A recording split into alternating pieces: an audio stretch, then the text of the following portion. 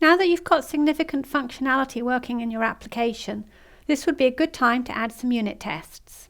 In the Lesson 3 folder of the code that you downloaded from Udacity's GitHub, you'll find the test folder.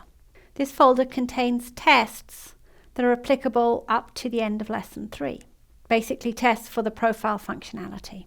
Probably can't see, but we've got profile test.java and we've got conference API test.java. So go ahead and copy the test folder into the SRC source folder where you have your project for Conference Central. So you can just drag and drop it. There it is. And then I also want you to go ahead and delete the target directory in this folder. Whenever you run your project, or you run it on dev server, or you deploy it to AppSpot, the output from the build all goes into the target directory, and it'll get recreated if you delete it. And sometimes the old build and the old output files and the new output files don't work well together. So when in doubt, delete the target directory. Since we're adding tests, we want to make sure we're starting with a clean slate. So I'm going to delete it, and there it is. Looks like it's gone. Won't stay gone for long, but it's gone for now. Okay, now let's go over to Eclipse. I'm going to refresh the project since we've added the test directory and deleted the target directory. Okay, so target's still there. So whenever you do delete the target directory, it actually pretty much automatically gets recreated right away with a couple of things in it, but it doesn't have everything that's needed.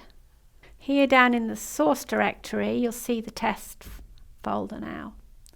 And it has two tests. It has profile test.java in the domain package, and it has conference API test.java in the SPI package.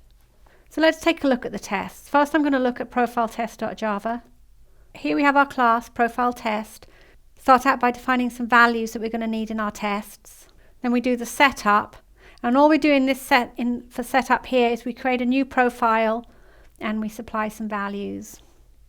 Then we have the teardown method, which we always need. And then here's our first test. We're testing the getters. Very simple. Just checking that the values in the profile are in fact the values that we put in the profile. Then we check what happens when we update the profile. So what we're going to do is update the display name and the t-shirt size. And then we want to check that the display name is updated and t-shirt size is updated.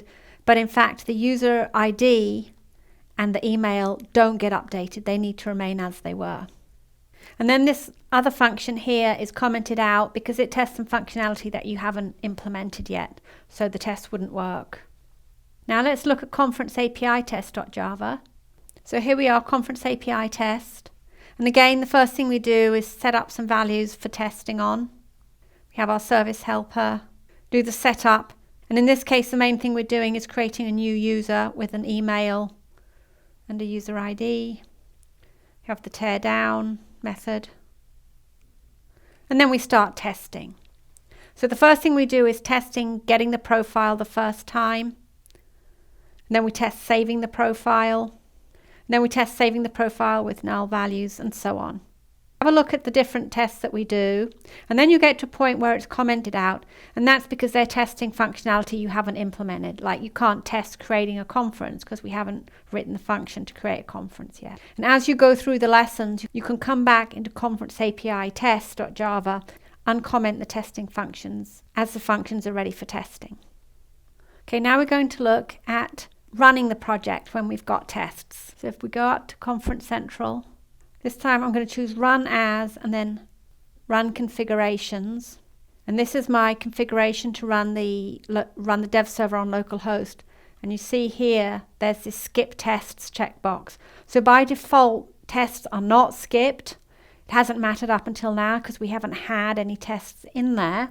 So it didn't matter whether they were skipped or not. But now the tests will be run. If at any point you find that the tests are blocking you, or you want to deploy without the test, you can come and click this skip test, but let's not do that.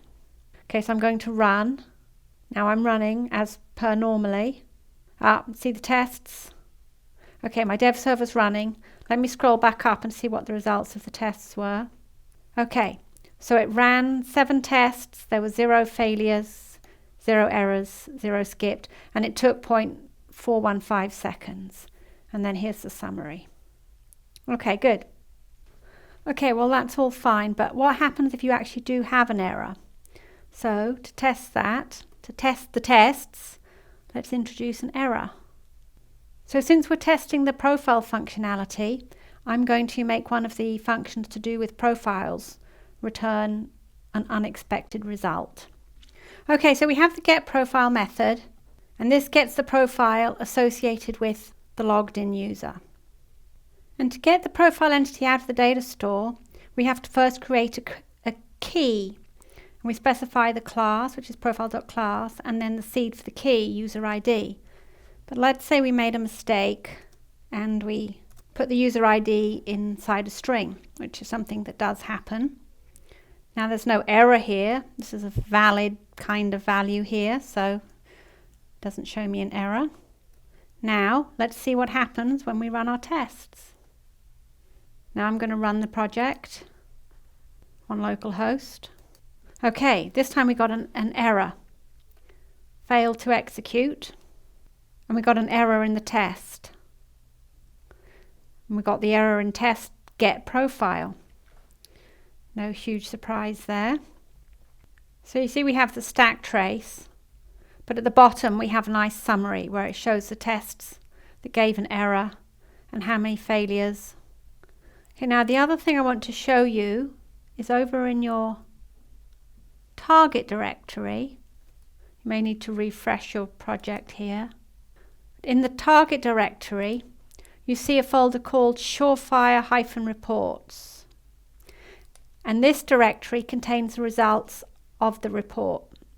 So if we look at profiletest.txt, this is not where we had our errors, 0 failures, 0 errors. If we look at conference API test.txt, woo, lots of errors, but here, failures, errors, it's actually only one error, but this is the stack trace. But now if we come down, I want you to look at see what happens with the XML files. If I click on conference API test.xml, it'll show me the functions that got called and the ones with the errors or the failures. In this case here, it takes me straight to where I had the error. And the problem I can see right here is that the user ID did not match what was expected. So I'm going to go ahead now actually and just fix my code before I forget. Okay, there's my code all fixed. Now when I run it, I won't get any errors. As you continue through the lessons, be sure to add the test for the new functionality as you implement it. In some cases, you'll need to get the test files from the appropriate lesson folders. As you implement new endpoint functions, you can simply uncomment the tests that are already in Conference API test. And if you deviate from the code that we have you write, like if you add your own functions or you change what the functions do, then you're going to need to update the tests and add your own tests to make sure that you're testing the functionality that's in your application.